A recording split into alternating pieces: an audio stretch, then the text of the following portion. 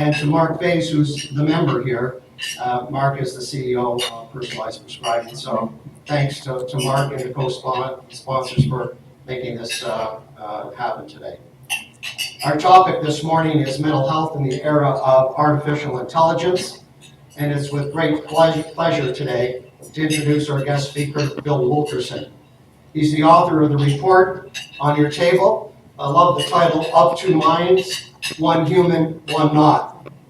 Let me tell you a little bit about. I had a note from him early this morning. He says, don't go too long about anything about my accolades, but I can't help but do that. I've known Bill for a long time, ever since my political days where he was serving Art Eglinton, and Art at that time used to be my alderman in Ward 4, and he became mayor of Toronto. But Bill has really been fighting for mental health initiatives since 1998. I liken him to the Gordie Howe of mental health in Canada. He is a great Canadian hero in that regard. And he's also worked closely, and I have to ensure everybody knows his close friendship and business partner, the late Honorable Michael Wilson. He's the former federal finance minister and Canadian ambassador to the U.S. who passed away earlier this year. Bill has sustained the effort in advancing mental health in Canada and internationally. As executive chairman of Mental Health International, chairman of the Pan-European Business Leadership Forum to target the impact of depression on the workplace, and the general chair of the U.S.-Canada Forum on Mental Health and Productivity. On November 20th, 2015, McMaster University, right, my own dad, kind of love that university, ranked as one of the top universities in the world, I think it's ranked 75 in the world, recognized Bill for his significant role of the Toronto Symphony Orchestra and special advisor to the presidents and board chairs of the NHL, CFL, and the Toronto Blue Jays. Please join me in welcoming Bill Wilkerson as our keynote speaker. Bill, the floor is yours.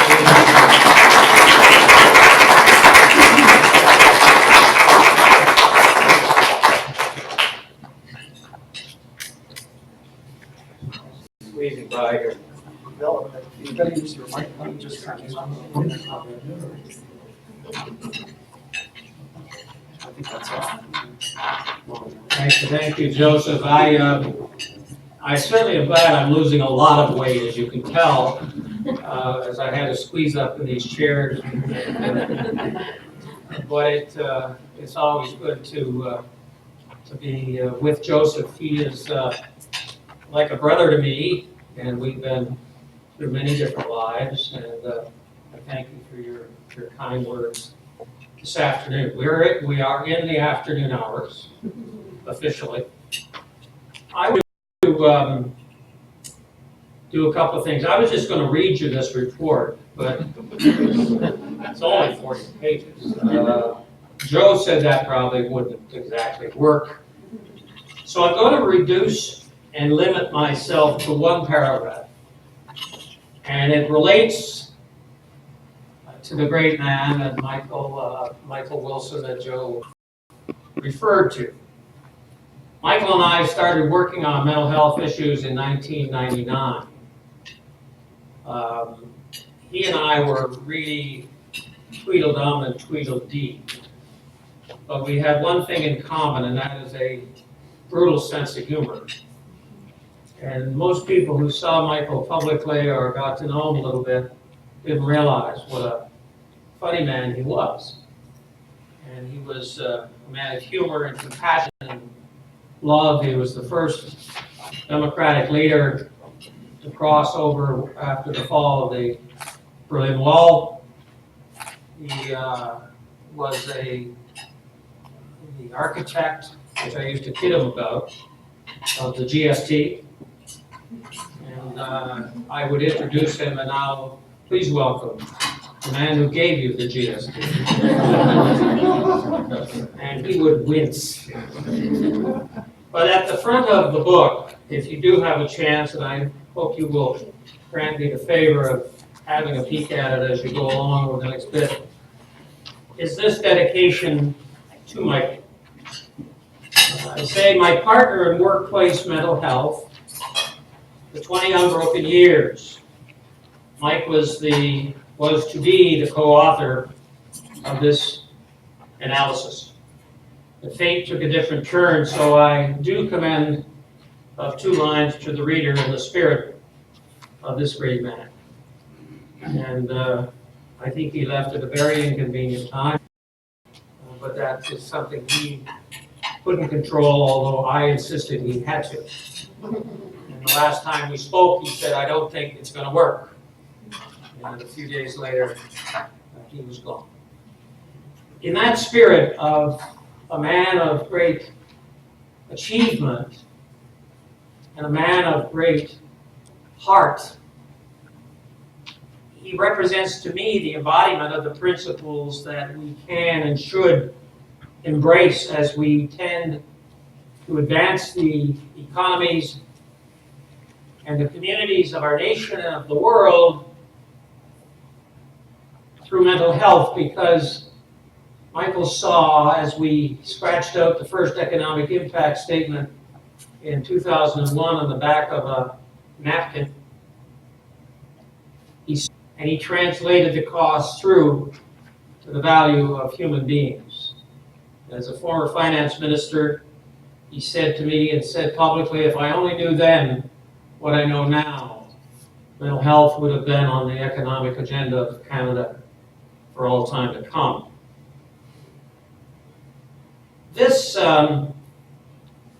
These remarks I understand are being streamed, so I feel like one of the Netflix many. We all, of course, watch Netflix. I'm now going to bed at 3:45. And as Joseph mentioned, we worked in Europe for 4 years. I commuted.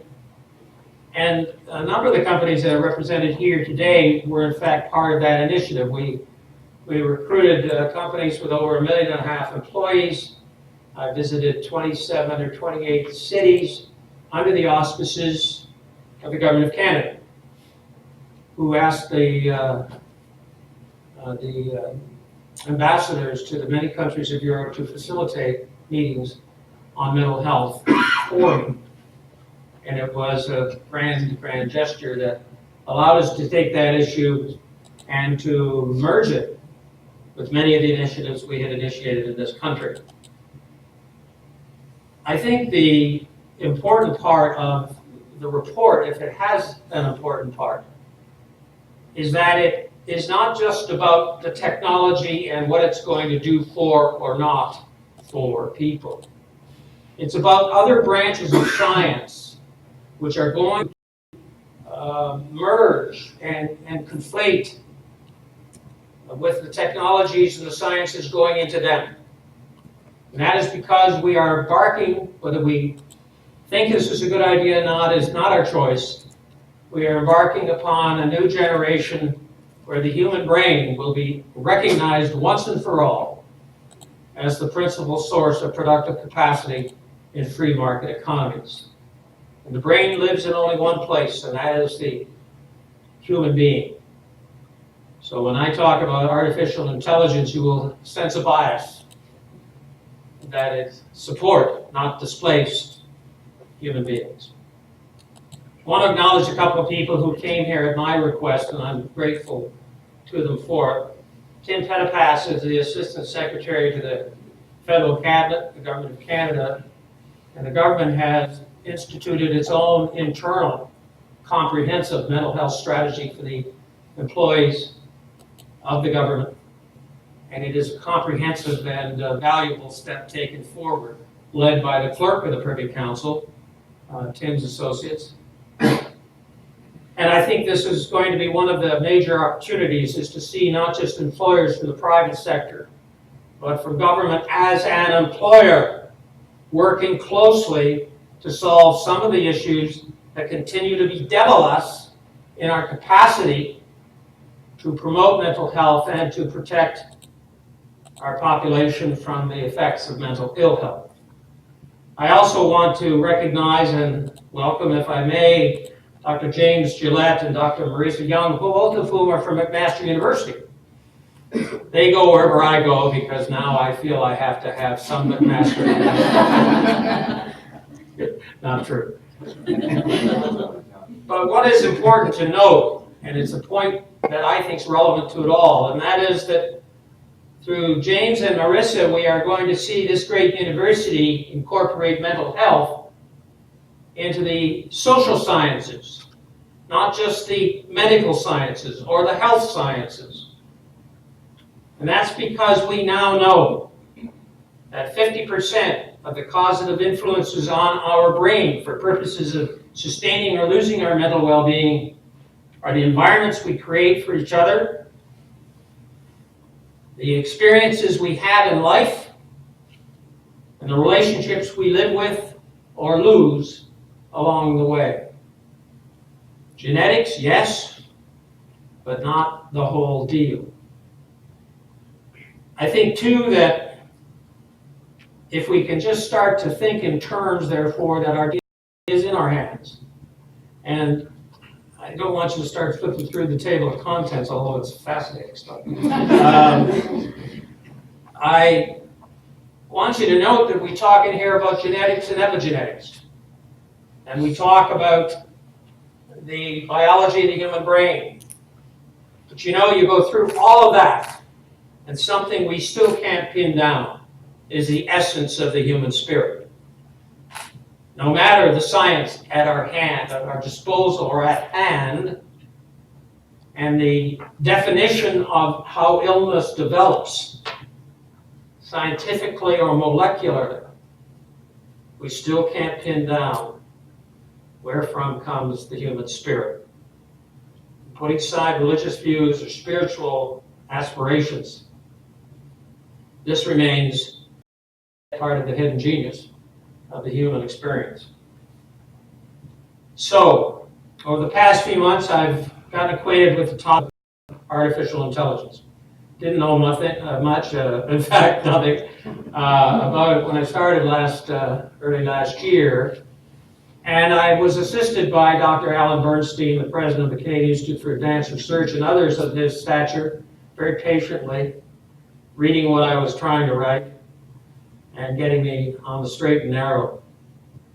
And I think that really what inspired me, or maybe shook me up in doing this report, which seemed to have a difficulty relating it precisely to how I've discussed mental health in the past, was a statement by Dr. Bernstein in a speech he gave, where he said the revolutions in artificial intelligence and genomics would likely challenge us to rethink some of our most precious concepts as to what it means to be human. And when you get into the topic, you can see how if we're not careful, we will start to equate machines as co-workers. If we're not careful, we will start to say the machine's on its own, subject to if and when human intervention is required. Those words already being spoken. So let's be careful and conscious thereof. Nothing more than cautionary notes, but worthy of our attention. I thought the question of how the effects of AI would bleed into our society was also worthy of attention, because in fact 50% of the population of the world, almost uniformly over a single lifetime, is symptomatic with some form of mental ill health. And you've heard the 1 in 5, which we came up with, by the way, back in 2001. So it shows you how old some of this data is. 1 in 5 in any given year. We also need to revisit and affirm our clear understanding of what we mean by stress. The term is so commonly used now, so colloquial, that I think we are tending to sort of say, so what? Good stress, bad stress. Stress is a fundamental ingredient in disease across the board, particularly those of a chronic nature. And according to the scientists at Johns Hopkins University, new data that I was acquainted with, they have concluded it is unquestionably the leading cause of mental illness. Stress meaning distress, meaning chronic. And then third, the point, as I saw some of the language, was the ambiguity that AI technologists and report writers is cropping up between the middle ground, or in the middle ground between people and machines. The idea of calling something artificial intelligence right off the bat, for me, is for the birds. What do we mean by that? Well, this is technology that is supposedly derivative of what we know or can replicate in terms of human brain function. We don't know enough about the human brain, frankly, to do that. Also, artificial intelligence is what? The thinking of machines, purportedly, the learning of machines, the doing of things. I would like to try to see the nomenclature of artificial intelligence be reformed now before we go much further, to ensure that we're clear. And finally, I've come to the view that the title of my nifty little book is already obsolete. It's only been out for a month. Because really, this is the era of human intelligence.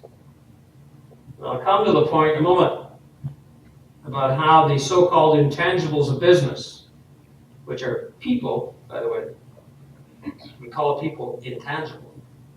It's an interesting insight right there. Are now representing 8 out of $10 in market value capitalization, or market capitalization value. So it's the era of both, I guess we could say. We have a lot of attention being given to it, so we should take comfort from that. The Government of Canada has commissioned the Canadian Institute for Advanced Research to come up with a pan-Canadian strategy, and they are engaging scientists all over the world to determine societal effects. Similarly, Quebec, under the leadership of Dr. Remy Quirion, the chief scientist of Quebec, is doing the same, investing a lot to keep Quebec in the front ranks of AI. But notably, both of those people and their organizations have agreed with our suggestion that mental health must be incorporated into strategies that will bring forth artificial intelligence as a matter of public policy, as a matter of human effect, and as an economic and effective means of doing business. So I think that's an encouraging sign. And I do think we've, if you smell it, breathe deeply, you will sense the perfume of sweet irony. Because just as we anticipate the vast and fast infusion of artificial intelligence into our workplaces, we note that about 85% of our economy is underpinned by intangible assets. But your people. Goodwill is people. Patented products. Patents are people. Thought processes go into these things which business does business with, and we call them intelligence, decision making. And we talk about the ways in which we do business and to protect our interests. And these intangibles are, in fact, at their source, people. I think the point doesn't need to be made any more emphatically than Michael Porter, the really godfather of productivity science in the world at Harvard, has concluded today and probably now forever that the sole source of undifferentiated comparative corporate advantage in the global marketplace is not price, not technology, but human beings. And as I thought about that, and others agreed along the way when I had our meetings. I think we've got to see artificial intelligence and the revolution thereof as a human event, not just a technological one. In that light, we propose in that little green book the human capitalization of the AI workplace and the digital economy.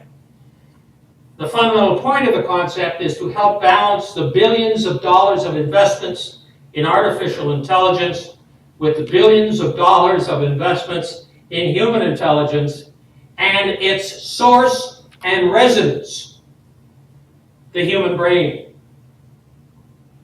Brain research needs those funds because we are scoring great points in getting a clear understanding of our genetic dynamics. But until we understand what the brain is and does, and how the life works in respect of our thoughts and our processes in order to keep them directed, healthy, free, liberated, creative, we will be lacking somewhere along the line, and mental illness is one of those forces we must set back.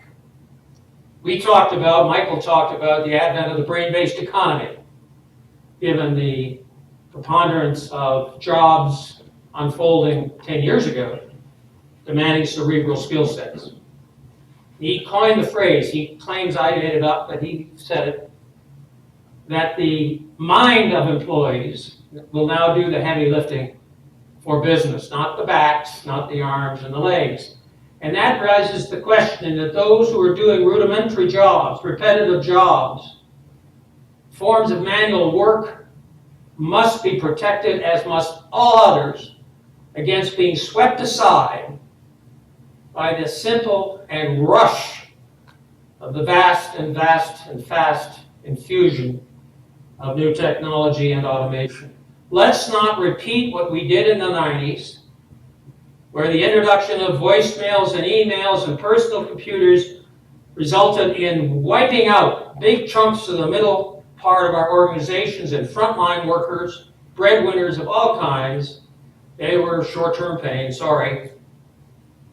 Let's not do that again. Let's prepare everybody for the ultimate improvement in our lives through jobs that will be fulfilling, rewarding, and we will bring productive capacity and mental well-being to them. In my recommendation, and I'm nagging a lot of people for this, the one thing that I think our success in mental health has hinged on a little bit is that if we're not invited into the room, we will pick the lock or kick down the door.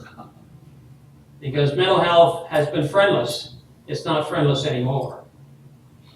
But there are times when we can't wait to be returned in the phone call. And to this extent, it seems to me that we've got to start thinking of human capitalization as a matter of asset management, people, and introduce protocols and standards and values that will govern the entry of artificial intelligence into the workplace as a guideline, if not a law. I hate to think of laws, but certainly as a heavy-duty guideline. We've got to be careful about the nomenclature, as I mentioned, and we must also be attentive to the fact that AI is not all bad or all dangerous in any respect. In fact, it's going to open some doors that are going to be miraculously helpful to the world. As we look down that point, we're going to see that AI will be the key, perhaps, to mapping the human brain and to, in fact, model a form of psychiatric illness for us to see, which we have been unable to do up to this time. And there are other dimensions, but the fact remains first and foremost that the way these technologies will emerge must be countered by the way in which we promote human values to absorb them and to facilitate them in a support role. If AI deepens the effects of current distraction and isolation, fear and uncertainty, well, then it'll feed mental unrest and disquiet. And that is on a large scale today. We can't complicate that, at least in good conscience. If AI enters the mainstream of life in a confusing way, it will have similar effect. If people are not prepared for the new jobs, the estimates are in Canada that anywhere from 25 to 30% of all current jobs today will be changed or lost, and 375 million jobs across the world will be at risk. Those may be grim and a bit worrisome numbers that some people will say are exaggerated. Cut them in half, I don't care. Fact is that this is an issue that is going to become relevant to us all sooner than later. I mentioned earlier that stress is underestimated because we just take it for granted. It is what it is. Stress is a fundamental human process. It has molecular qualities and it has emotional fuel. And the kinds of stress we now know that are really likely to get in the way of a person's health are the kinds that start or emerge in the form of invasive, perpetuated uncertainty. You know, where you just aren't sure tomorrow. Ambiguity as a lifestyle at work. And when we look down the list of 8 or 9 of the areas that the National Institute for Mental Health has determined are likely to upset brain health, we see some familiar things, and they won't be surprising to you. Fear, threat, loss, frustration, rumination, anger. And these are the things that in little bits don't matter too much, but as a continuing experience, they matter a great deal. The counter to that, we know, is anticipation, looking forward to it. Hope, perception that's clear and well-informed, declarative memory, which is simply the word meaning remembering facts and events, why we're doing stuff. Language, keeping an eye on goals, affiliations and attachments, because isolation, like location and real estate, in the mental health arena, isolation, isolation, isolation is enemy number 1. The human brain, if it does not have attachments, will create them. Remember the movie with Tom Hanks, the island? What was that? Wilkerson. Right. And the soccer ball floated away, and he wept, and he grieved, because he had lost this thing that gave him something to protect and to be with. It seems to me that these are pretty basic things that we all know about. We sort of, well, there it goes. But these are the stuff of life. And these are the things that we are born to experience, except mental illness starts before birth. The genetic implications unfold through the earliest years of life. And this is where the environment, the experience, the lack of love, the fulsomeness of love, the caring, the belonging, the hopefulness, the fear and retribution all start to develop that person's experience in life, and the genetic behavior gets shifted. And mental unwellness and mental illness can unfold. So I try to make a point that artificial intelligence is going to be great if it doesn't project invasive, perpetual uncertainty and frustration On a scale, remember, nothing I'm saying to you is little bits and pieces, but on a scale, egregious, sustaining. People live their lives through those qualities. I've always hated bullies. Hated them. Not when I met them, but in an abstract kind of way. Because you try not to hate anybody. But I had my most joyous moment when I fired somebody. When I was running a health company, I found out that one of our long-term employees quit. And I found out that there was a group of 8 or 9 people who were bullying her, making fun of her. She had a disability, she had a list, like school kids, what you would do to a grade 6 classmate. And she couldn't bear with it any longer. I got my facts and I got those people in the room, and I one after the other. I didn't say you're all fired. I called them by name and I said you were fired, and I let her watch. Not because I'm trying to say I'm standing up for you, ma'am, but that we've got to see accountability for the judgments we impose on other people, and that's what this book is all about. We want good things for others, but we have screwed it up again and again and again at the behest and at the loss of the faith of those who can't fend for themselves as much as others of us can. Let's not do globalization too. And the infusion of inequality cannot ride on the wing of artificial intelligence, and that's part of the theme that I, in my own happy way, try to share with people without scaring them off. Let me conclude on 3 points. What's mental illness? And why do things like artificial intelligence even matter to that? I spoke with a senior insurance executive the other day and asked him what they do with AI. And he said, what's your point? I said, well, I'm trying to ascertain the effects on the mental health of people, on the way in which this stuff comes forth. He said, what's it got to do with mental health? And very good question.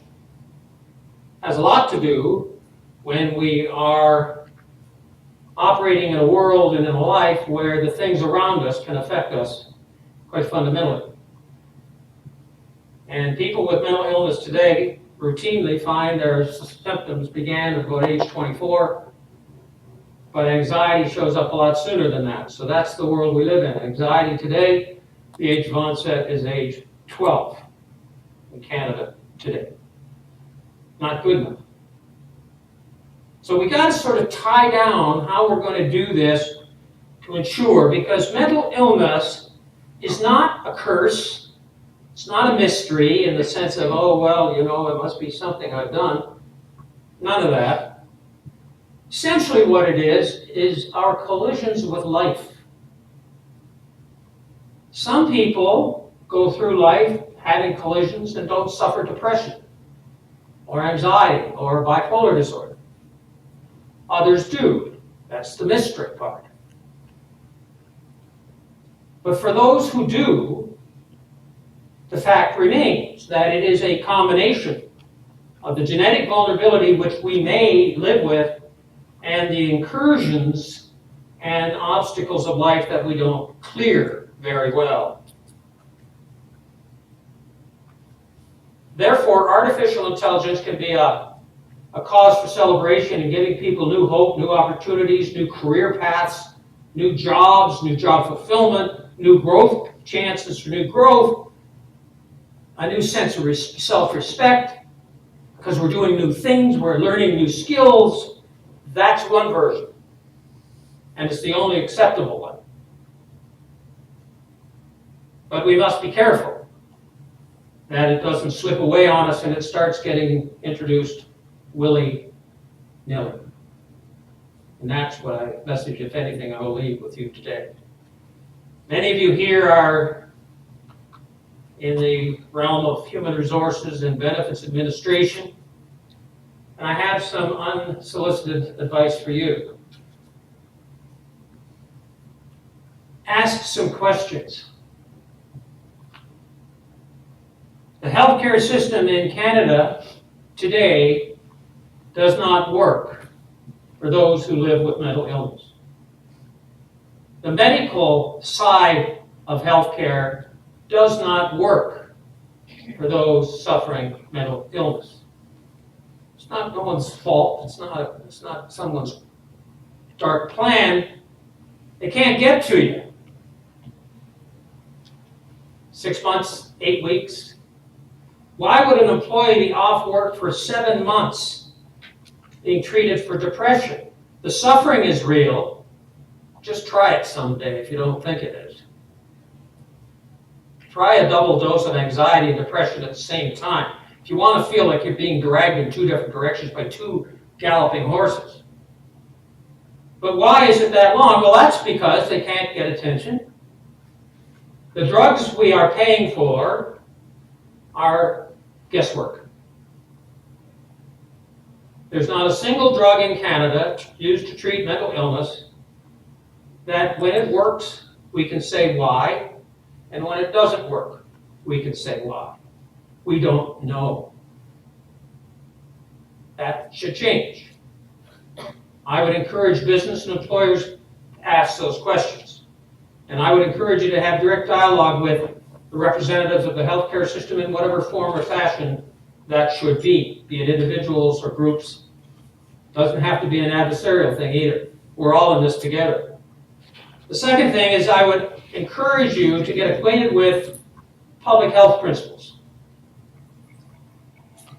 and transform them into workplace standards. And that's around the twin virtues of education and prevention. We know enough now about much of the risk of mental illness that we can prevent it. We can prevent chronic job stress by eliminating it at source. We can stop asking people who are at home with depression to fill out forms. We wouldn't do that for a person going through a migraine headache or someone who's losing their sight, and depression has both an effect on our sensory capacity as well as our bodily ones.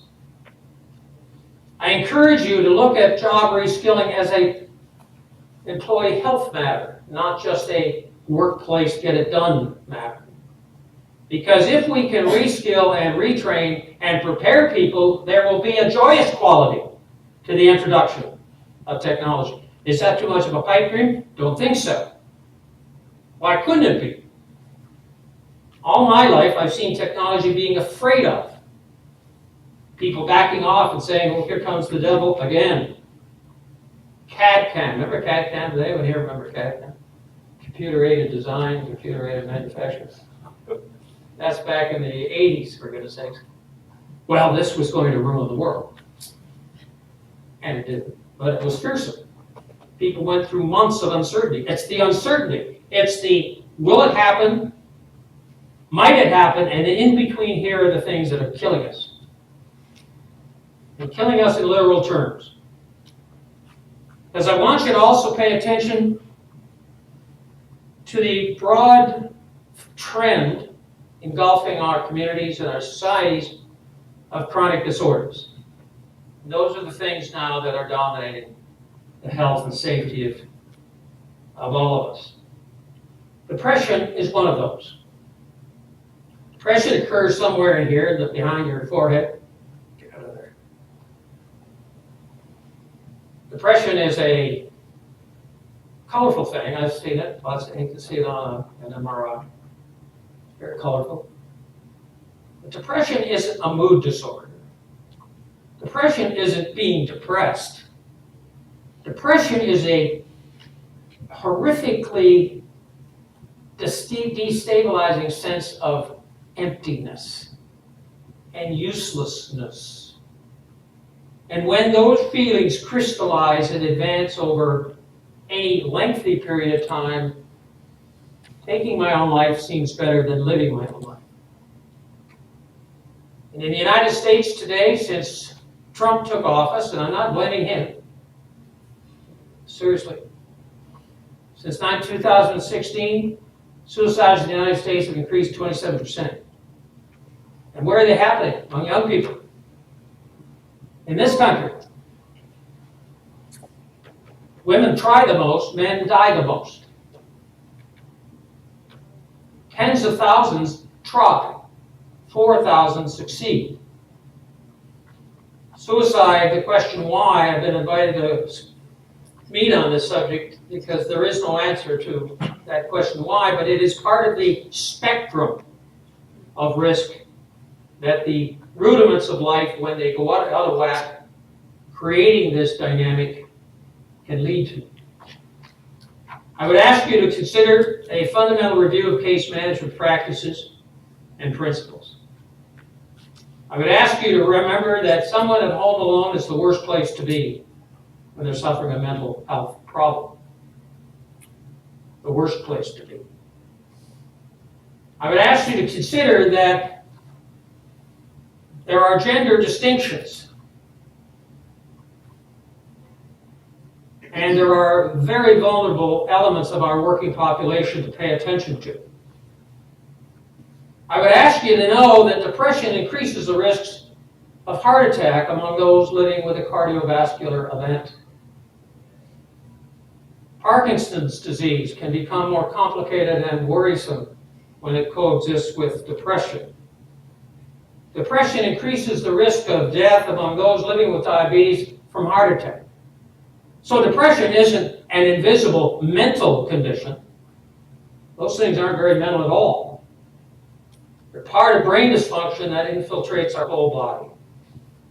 I would ask you to abandon the LTD-STD network in disability management and disability insurance administration.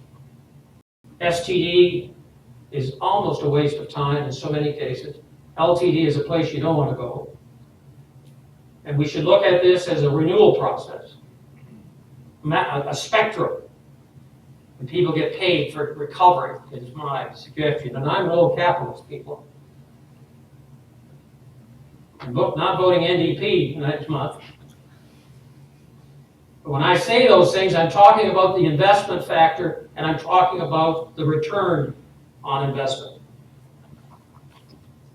I'm asking you to do a brain briefing. Sign up immediately. We did one with a dozen or 15 chief executive officers, a real brain. A lot of things go into that. And neuroscientists, I kept asking questions, where's teamwork, where is loneliness, where is being in pain, where is other things, and he pointed it out. And those folks became converts to it all by seeing this magnificent 6 pounds of that inexplicable gray matter. Business, the Business Roundtable in the United States has opened the door for us by saying it's not just the shareholder, the stakeholder. The head of Walmart is now the leader of that group, and I know Walmart is here, at least I think they are. Walmart here? No. Because I think that's an initiative that's got to be replicated and set the stage for the investments in human intelligence to pan against the investments in artificial intelligence. I stop there except to say this, I guess. Well-managed change can be a big, good thing for all. Well-managed introduction of technology, the same.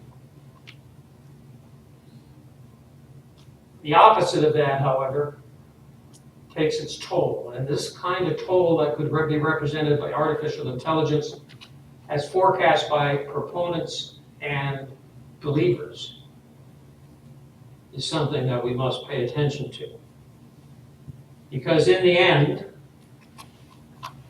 just as it was in the beginning, this is the era of artificial intelligence and human intelligence. And mental health development is economic development. Lose sight not of that. Thank you, Sue.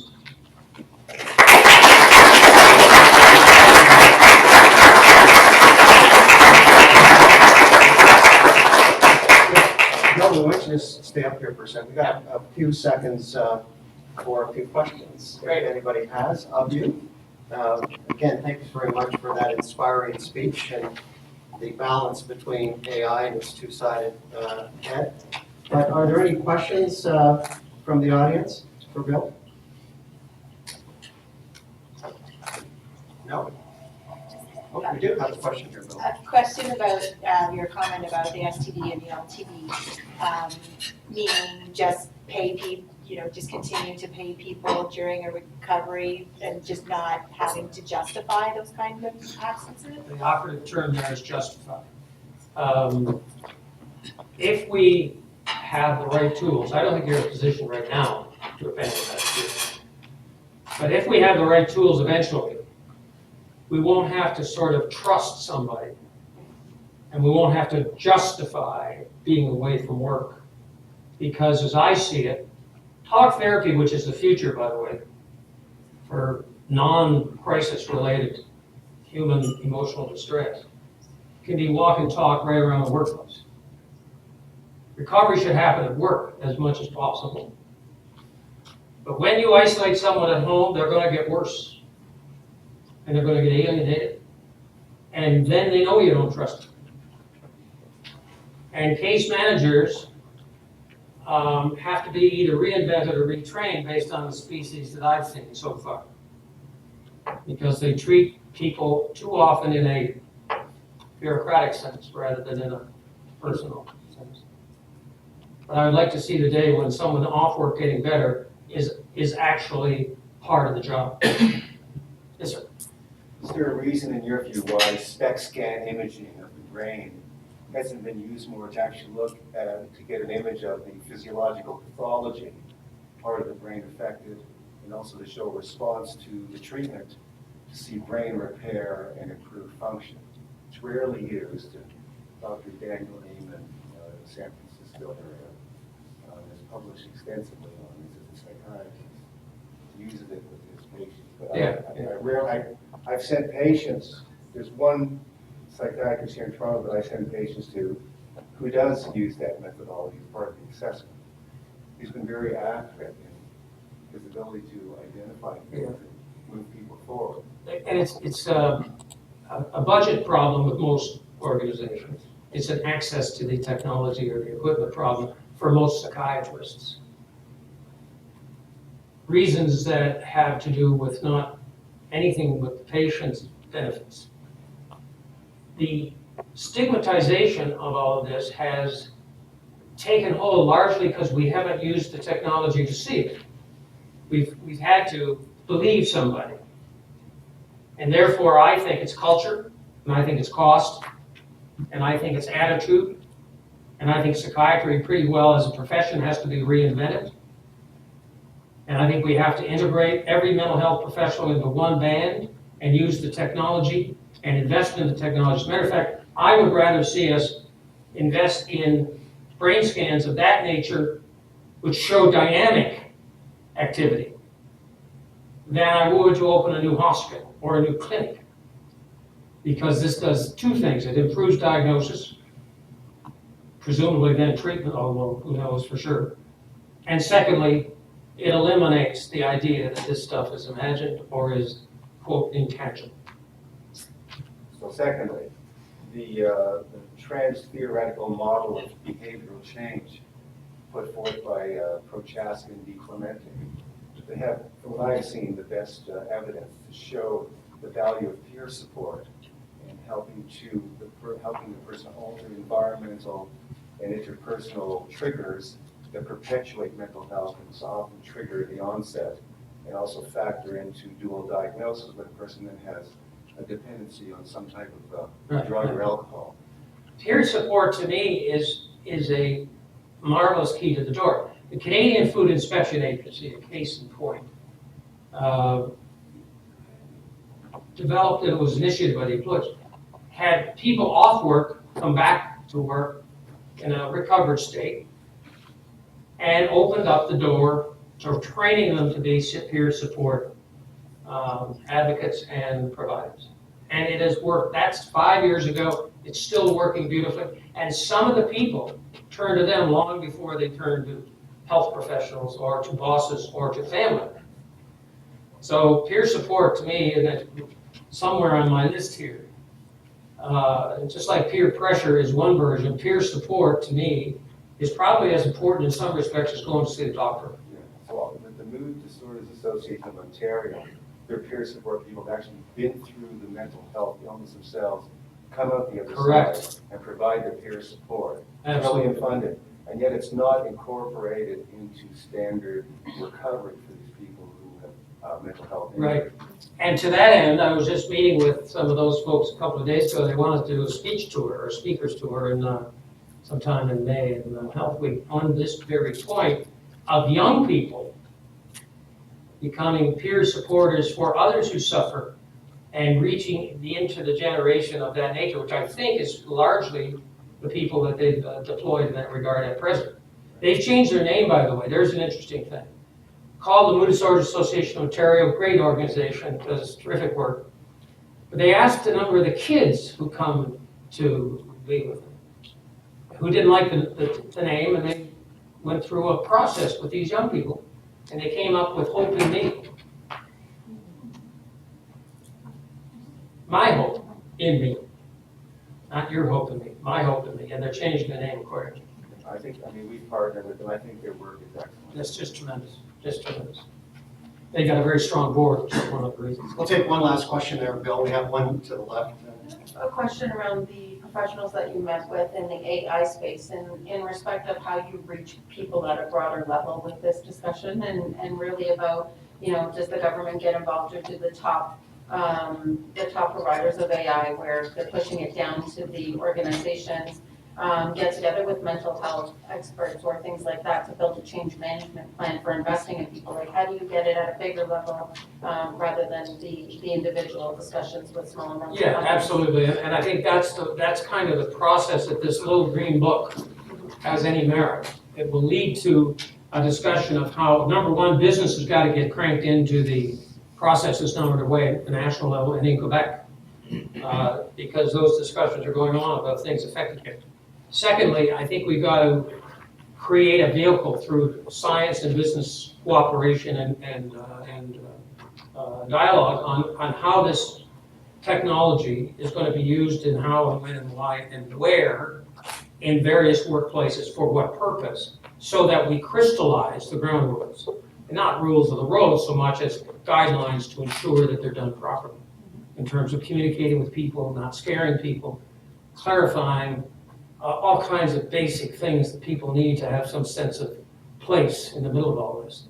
I would like to think that we could have a bit of a roundtable sometime in the early spring with some senior executives, both in the technology field and not expert in the field, but running large organizations that are starting to use it for various purposes.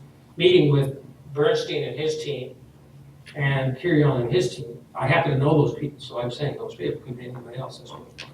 Because we have to have something this year, or of course 2020, that turns this kind of hope for us in my book into a practical, clear, formulated approach that people can buy into as employers, as users, and as developers and designers.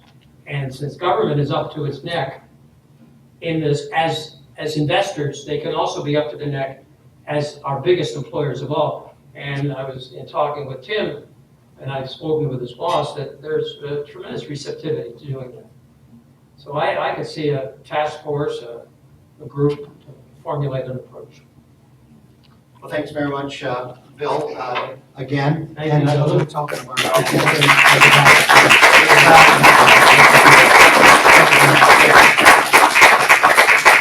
folks, just before we break for coffee, I know we're running a little bit behind, but I did want to give an opportunity to the audience to ask Bill some questions. And Bill, I can't thank you enough for that inspiring speech. It touches all of us, business and society as a whole. So thank you again for that. I just wanted to introduce our next speaker. It'll be a short presentation, but our speaker today is Daniel Martz. He's the CEO of EQ Care, Canada's first national bilingual 24/7 virtual healthcare service provider. Daniel joined Equinox as its CEO in 2013 and has 20 years of international multidisciplinary leadership experience in healthcare, technology, and media industries.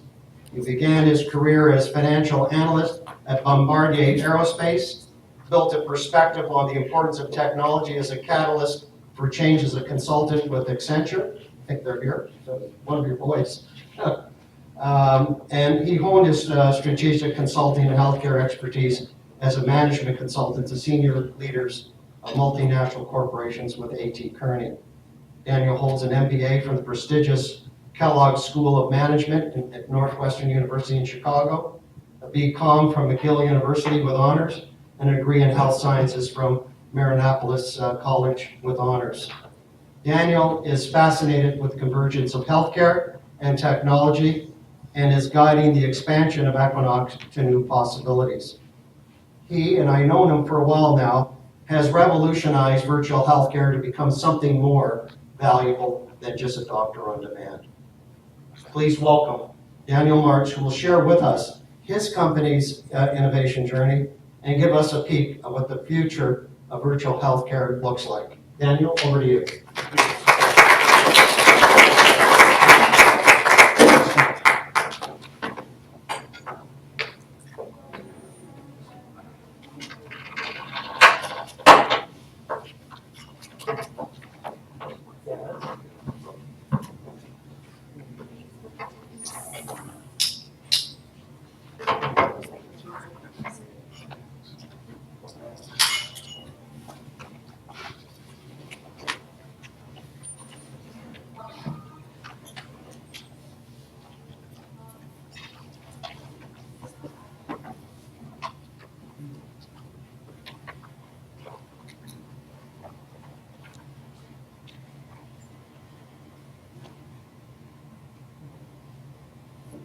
So that's a tough act to follow in the sponsor speech position.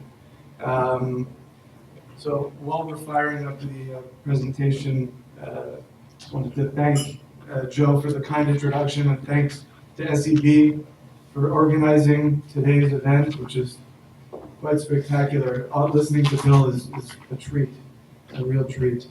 As Bill highlighted in his keynote speech, profound societal and business impacts of AI are fast becoming a reality.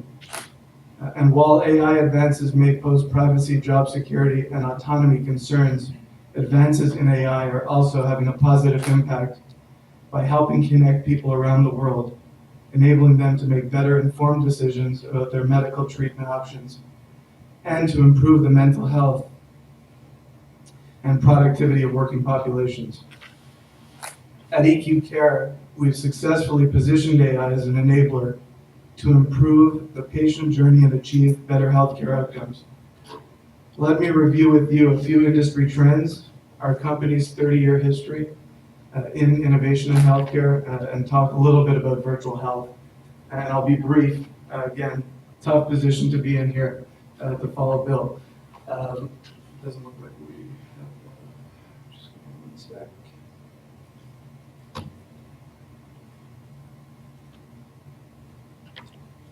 There we go.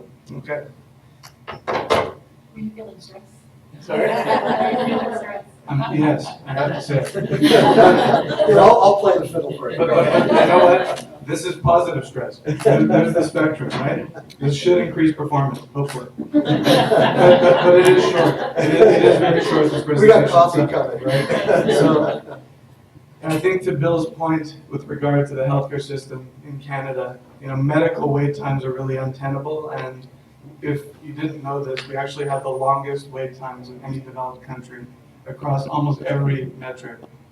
which leads to the impetus behind developing new models of care to deal with those dynamics. In addition, in this industry that we're in, benefits administration and HR, the cost of health and extended health coverage is growing as a percentage of overall benefits cost. And it really is a scenario that is becoming untenable. As healthcare claims costs go through the roof and premiums go up, it becomes a real challenge, and it forces examination of the current models.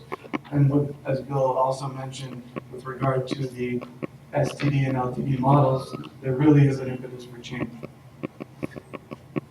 Half of absenteeism is also to do with basic health issues. So minor physical issues, anxiety, and that actually equates to a whopping 3% of payroll costs.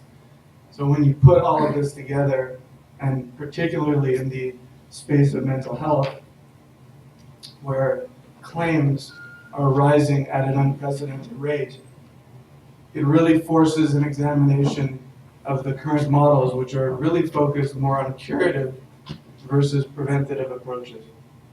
So when we talk about health coverage and we talk about STD and LTD, all those models of care have to do with curing someone once they're away from work and once they already, need to get back to work but need to be cured.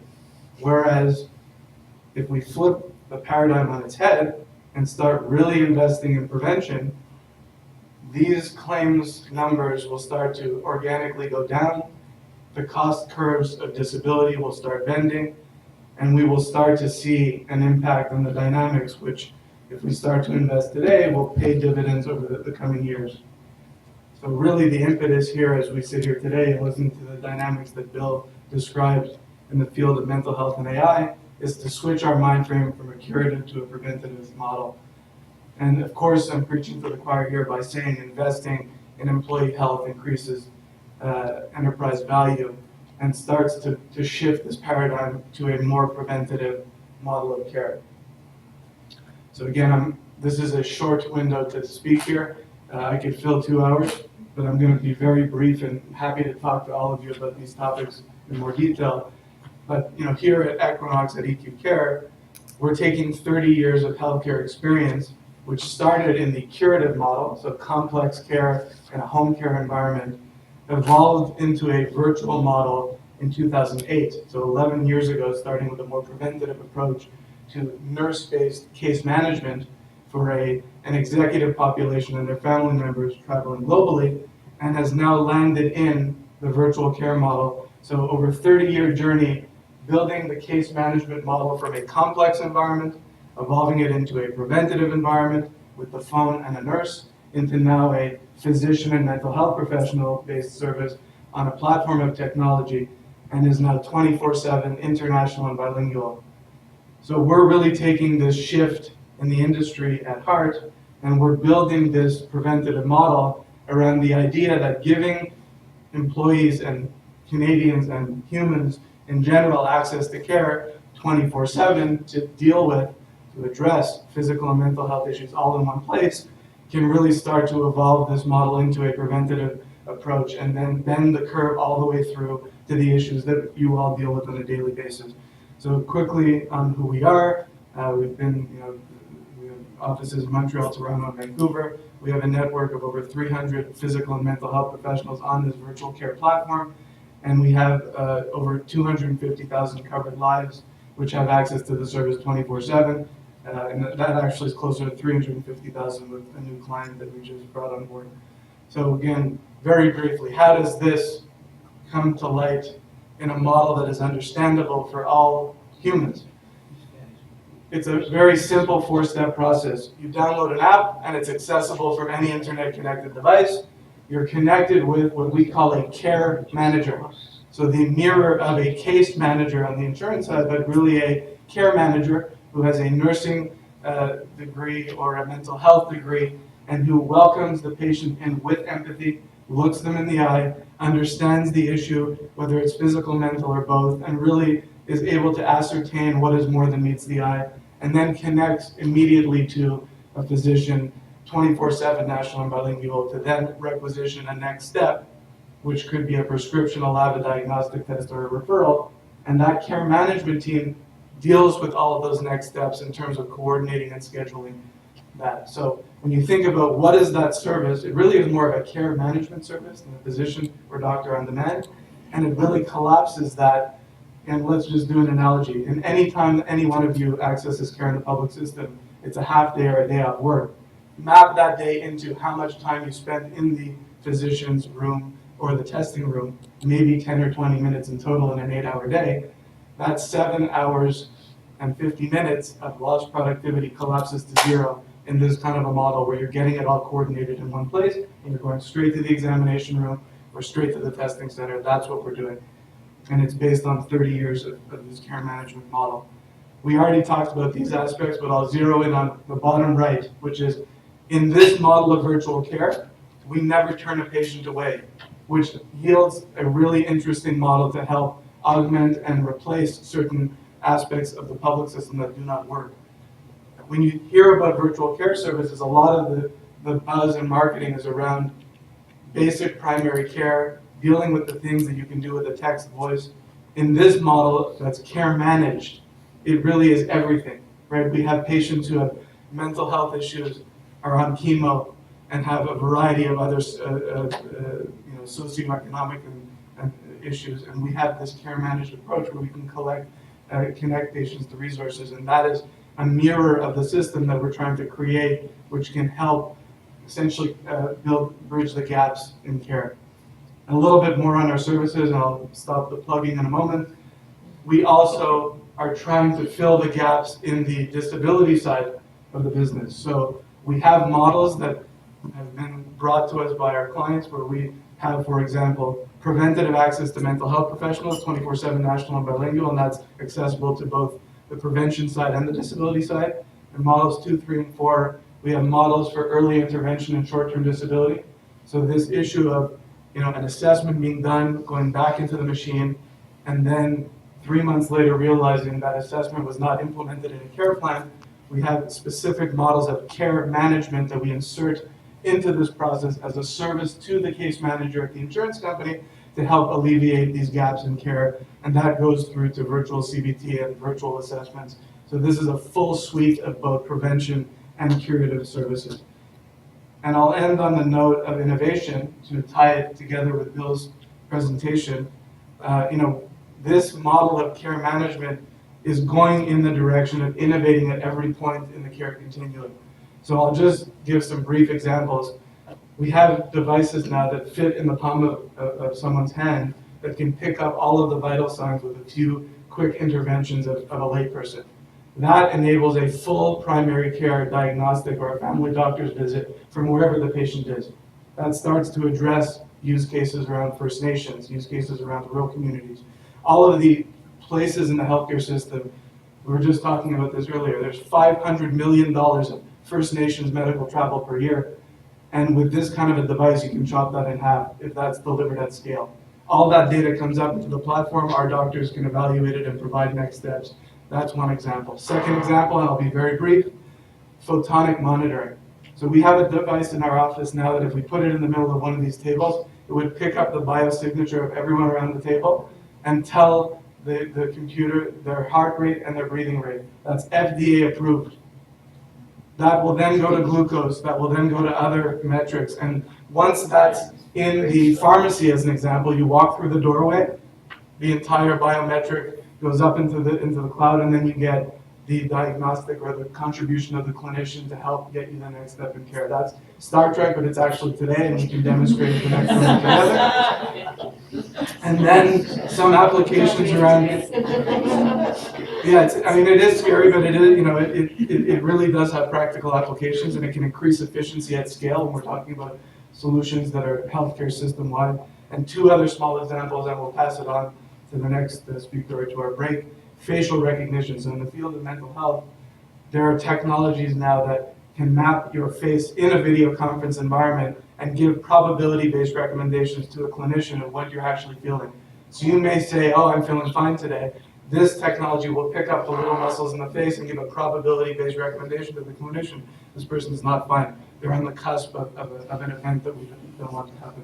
And these are things that, again, combine AI with human intervention to deliver a very compelling next step. And it's not just AI alone, to Bill's point. There is a requirement for the human intervention to interpret the probability-based information and then deliver essentially a care plan around the recommendation from the robot.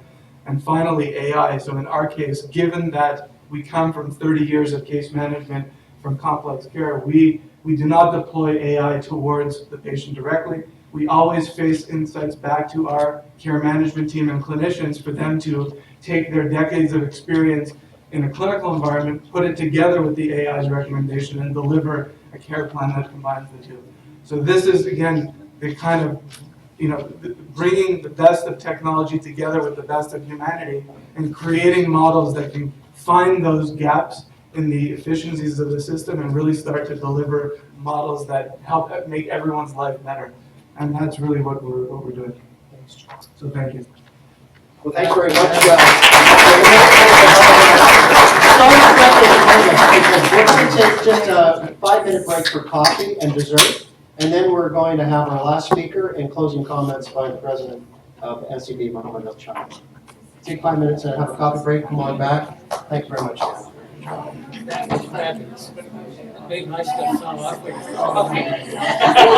Disability Management Services. So without any further ado, it certainly is my honor to welcome Mark to provide us with his overview of pharmacogenomics and the wonderful work his company is doing. Mark, over to you. And so Gina, are you going to be speaking as well? No, I'm not going to be speaking. I'm just It said Gina is the geneticist for pharmacogenomics. I did not want to disrupt. She's actually the brains behind the organization. I just wanted to fix the presentation. If you ever want that genetic test, you have to. Oh, I can see it here. Oh, my word. Thank you very much, ladies and gentlemen. Thank you, SEB, for making this available. Thank you for Bill. I guess there is No, Bill. Thank you for coming to give us. Can you all hear me? No, I have to shout. No, I'm good. So, and thank you, Daniel, for bringing us this knowledge that is very exciting. I kind of feel a little small compared to these two gentlemen, so I'm going to try and, So today, ladies and gentlemen, I've got a bit of good news. Today I'm here to tell you that real bad cases of mental illness honestly do not need to be a life sentence. They don't. They can, every human being with mental disease has a really, really good chance of being at least managed, if not cured, in a very short period of time. But they have to go through the process. So exactly like Bill told us, medication in the mental illness is a guesswork. It's true. I'm not blaming anybody. Believe it or not, we're in the early stages of really understanding our brain. You know, all the medications for brain ailments were never really designed for mental illness. I'm not going to go into too much detail, but check it out for yourself. A lot of these medications were found to impact mental illness 30, 40, 50 years ago. And we thought, oh my God, maybe I can use this with this patient who's depressed. Because when I used it with another patient who was depressed, it worked, but the medication was meant for something else. And only in the last few years that we started, based on the knowledge that some medications can do, some can impact mental illness, have we started to sort of develop medication that maybe. So I'm going to go a step further beyond what Bill said, and I'm going to say to you that pharma companies also are guessing. Now, I'm not blaming anybody here, because unfortunately, exactly as Bill has said, is psychiatrists cannot properly diagnose. And I'm not blaming anybody. It's early times. The problem is The brain, ladies and gentlemen, is a really, really far greater complex organ than any other organ in the body. It doesn't matter what other organ, the brain is miles and miles more complex. And that's the problem. So, but the good news I have is we are now able to, based on a lot of science that's been happening over the last 15 years, we're able to, through a saliva test, actually personalize medication so that the available medication, the right medication, can be personalized to a particular human being such that it works. Now, I'm not saying that it's no longer research, Mr. Rashuti. We're doing that on a regular daily basis. We have people logging in to our website, buying the Medicaid, buying the test, getting the results. We follow up with them. The results are spectacular. Some disability management companies have begun to adopt it, and their results are spectacular. Now, in doing all this, we've discovered some very interesting discoveries, and today, we're limited in time. I'm gonna get into my presentation, so I'm gonna connect the dots. So, okay, I'm gonna have to follow exactly what Sanjita put together here. So have you ever thought that why do diabetics never become a problem when it comes to disability? I mean, people with mental illness eventually, some of them eventually progress to disability, but diabetics don't. The real answer is what I said, is the brain is very complex, and the other answer is that the medication pathway for diabetics and many other diseases is quite simple. You take the medication into the body has genes that absorb it, break it down, circulate it in the blood plasma, and deliver it to the pancreas, where the pancreas then is encouraged to produce more insulin, and bingo. And most of us respond to the normal medications without a problem. When it comes to mental illness, much, much more complex. So let's, you know what, I wish this was on its back, but I'll follow Sanjita's thinking. So Sanjita wanted to share with you some basic statistics. And the first statistics, some of you might know, others don't.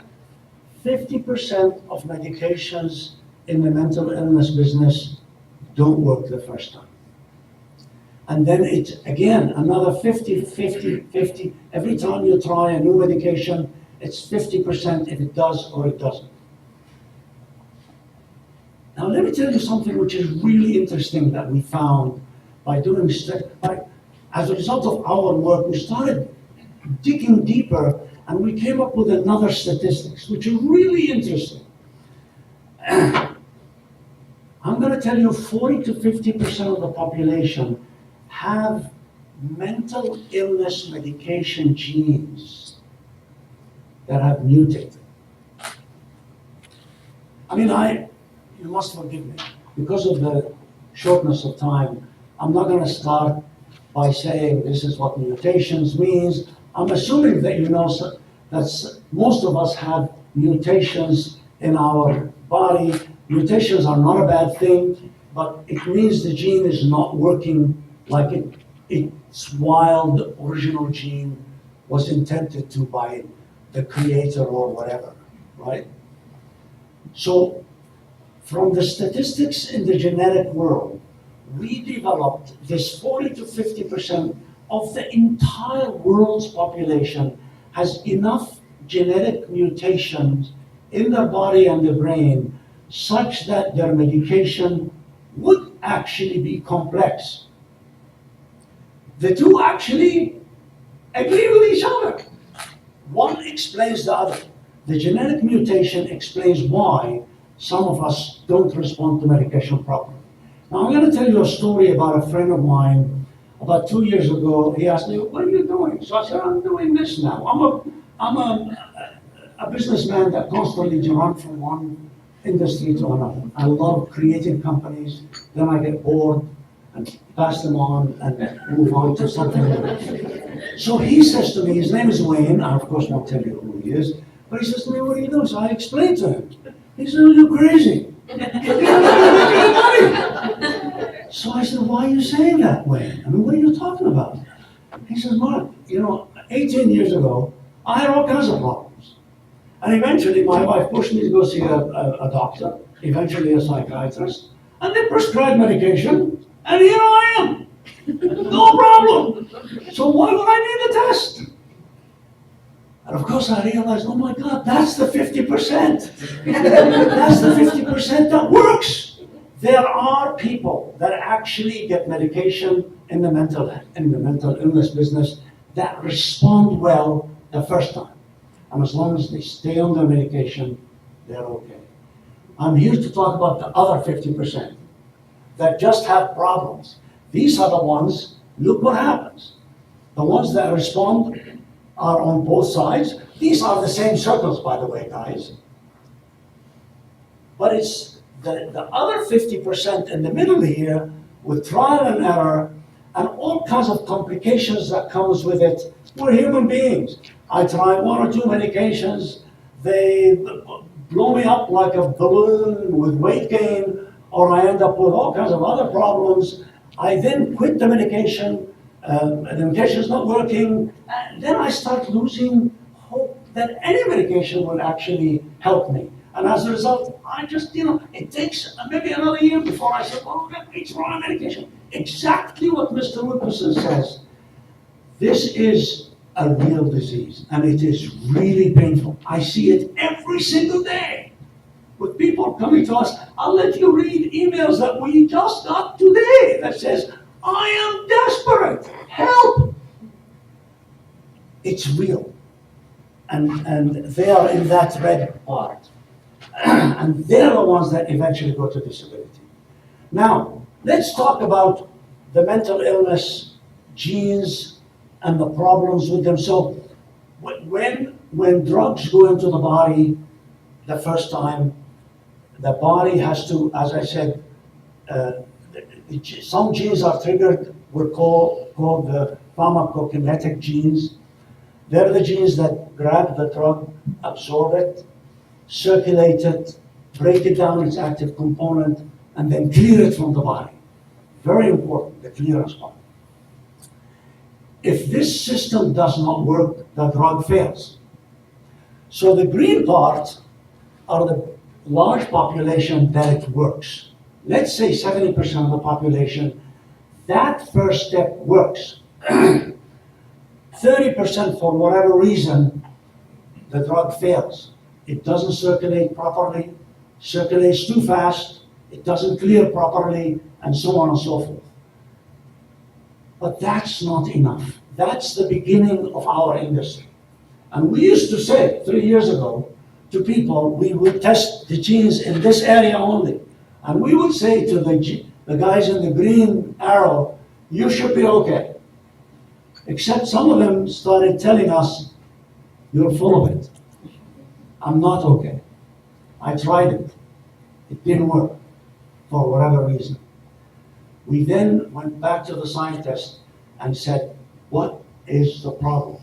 And I don't want to go into too much detail, but for a lot of reasons, we did not, my industry did not take the actual drug targets seriously, especially in the brain, because they're so complex. And there's so many of them. And there's so many different systems and pathways, the serotonin pathway, the dopamine pathway, the glutamate pathway, the adrenaline pathway, the I don't know what pathway. And they're all interconnected. And it will drive you nuts. And I understand when they say, well, psychiatrists cannot properly diagnose. I know why. It's so complex, it's ridiculous. The proper diagnosis eventually, hopefully 5 years from now, but let's hope it's not 30 years from now, is that some test will come back that says this patient has had a malfunction in this particular gene that is causing another pathway of genes to reduce the serotonin in the in the, what do you call it, the cleft. That's a proper diagnosis. Now we say, okay, what drug do we need to do to go in and catch one or two of these genes in the pathway to correct the serotonin depression? And the serotonin gets corrected through reuptake or whatever, and bingo, we now have a solution. Now, let me go back to what I'm talking about here. It's so tempting to go off on a tangent. So now what's important is that the drug needs to jump a second hurdle, needs to actually get access into the brain through the blood-brain barrier, which we don't even have here, but it's another little step. But then assume it gets access. Now it's in the brain. It needs, drugs are actually targeting specific receptors in the brain. If that receptor is not working properly, the drug fails. It's that simple. It just doesn't find it. And that's where you get another green. So people that pass the first hurdle must pass the second hurdle. And I'm gonna push up further. Now here's the problem. The drug might actually be working. But guess what happens? The drug has now spread around the entire rest of the brain. And it now starts to impact other receptors somewhere else that causes side effects, causes nausea, insomnia, extra anxiety. And you say, oh my God, what do I do now? So we fixed the problem, but created another problem.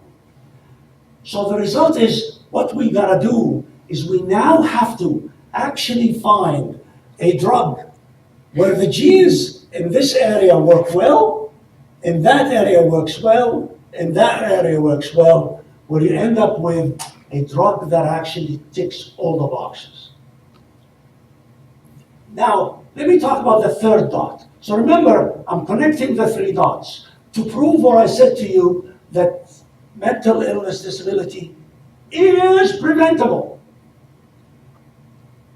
Or mental illness people can actually be sent back to work properly. In doing our work over the last couple of years, we've tested a lot of people that came to us from mental illness disability management companies. One right here in Toronto, and one out in the East Coast. They sent us a stream of people that are, this person is disabled due to mental illness. Can you please help?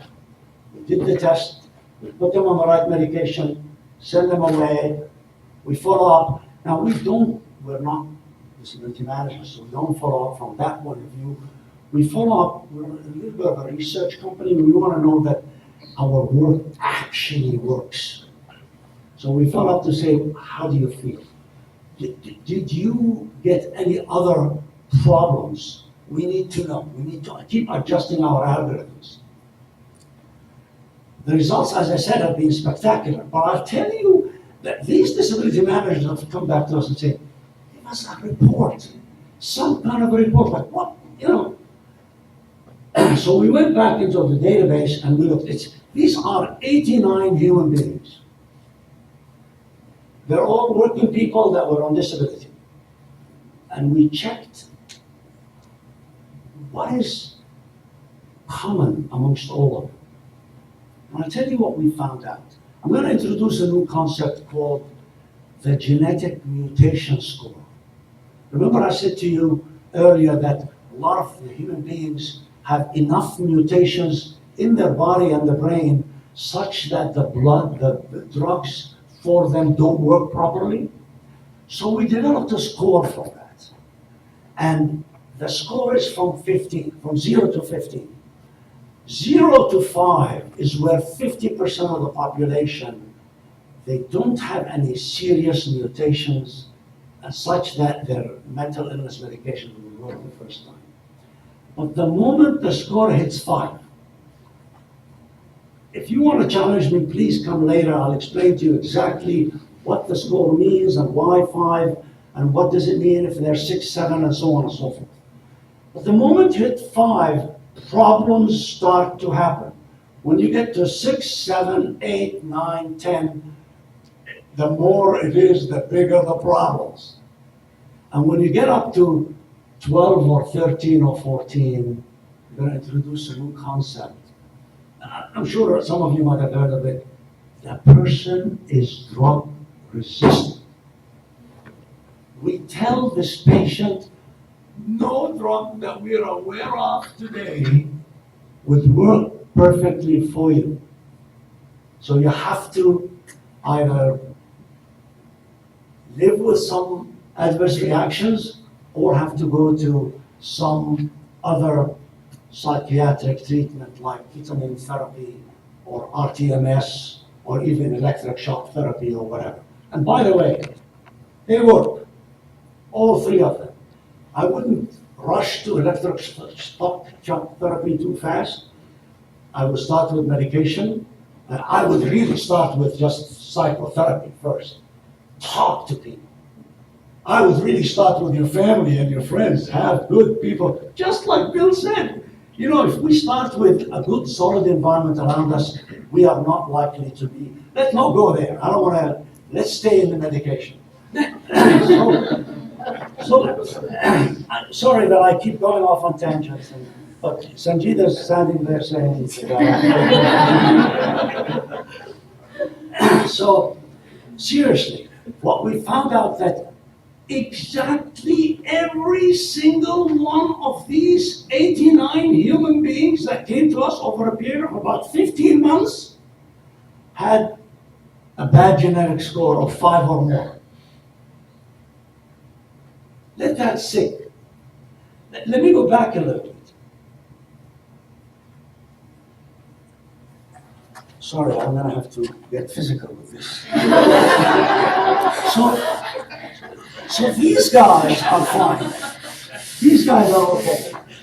These guys have problems with genetic mutations.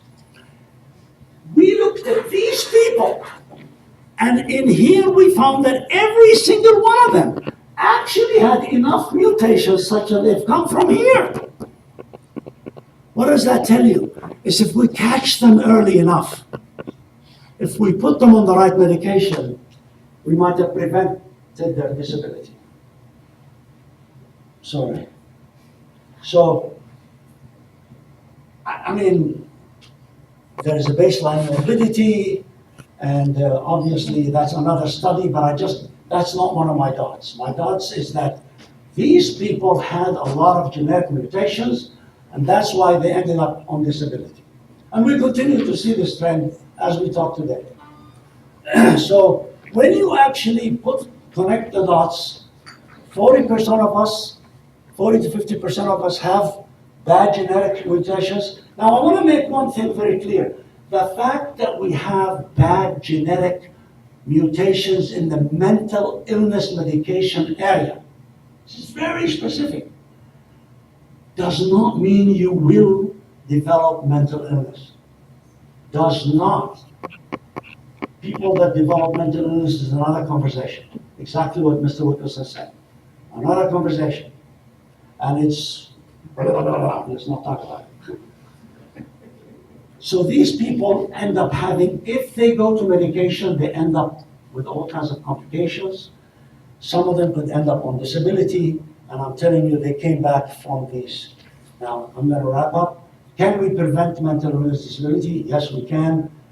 Pharmacogenomic testing. But I will tell you something. I would not test everybody. I tell my disability managers, let the patient and his or her doctor use the first line guideline medications first. Remember, there's a 50% chance that the patient might respond the first time. If they've used that and it's good, I don't need to see them. If they've used that and it doesn't work, bring that person to me. This is what I sell you my product. I'll let you speak to SEB about it if you're interested. I'm telling you, honestly, what we're doing is a process that works. We have pharmacists that are mostly our people that talk to our patients. Of course, we have geneticists that take the results, go to our lab, bring out the result. But the pharmacist takes the result, looks at it, understands that now the genetics are clear, the pharmacology is added to it, and the pharmacist then gives a specific recommendation that a doctor can have confidence in. Thank you very much, ladies and gentlemen.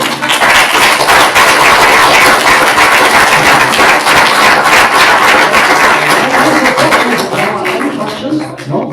Okay, go ahead. Just before we go, I'd like to call on Mohammed El Chaya, the President and CEO of SEB Administration.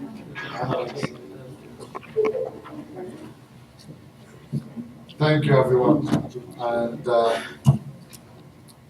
I think a few people are getting a small room, but to our clients, so Excel, Ernst & Young, Accenture, Citibank, Gordon Food, Boehringer, and Credit Suisse. Thank you. Thank you for making the time, joining us today to our first Connect series. Those series are not meant to be sales. They will never be sales. Right? We're here to share perspective, connect, talk about topics that are of interest to you, industry, but also that influences your day-to-day operations. To our partners, I say thank you as well. Aon, great partner. Thank you for making the time as well and joining us today. Our guest, Bill, fantastic opportunity to have met you. McMaster University and the Radiation Safety Institute of Canada. SEB is an extension to your organization. We like to look at self as your HR operations team, right? We're your partners. No bias. We don't recommend one product over the other. We make products available that we think are relevant. We think are important for you. But at the end of the day, it's your choice. We respect it. We support it. Again, no bias, zero compromise on our relationship. We would never compromise being your benefits administrators to sell you a product or a tool or a software or whatever. And we're committed to that. So trust us that that's our first and foremost objective. We are also a technology enabler. Trust that you have a very strong technology partner. Not only we can do benefits administration, and we have great people that does that every day. We do have a technology capability to convert a lot of your business processes and automate some of your experiences and create new value, open new opportunities for you and your lab members. We have those skills in-house. We don't outsource it. It's our own employees. We have close to 600 IT staff. Some people would say, how come the benefits operations company has this much access to IT resources? Because we do IT services as well, as part of the larger SEB organization. So I would encourage you to call upon us and ask for whatever help you need, automating the process, introducing a new experience to your employees, enabling a new feature, and we will be there to support you. To many more of those events, thank you very much, and have a wonderful day.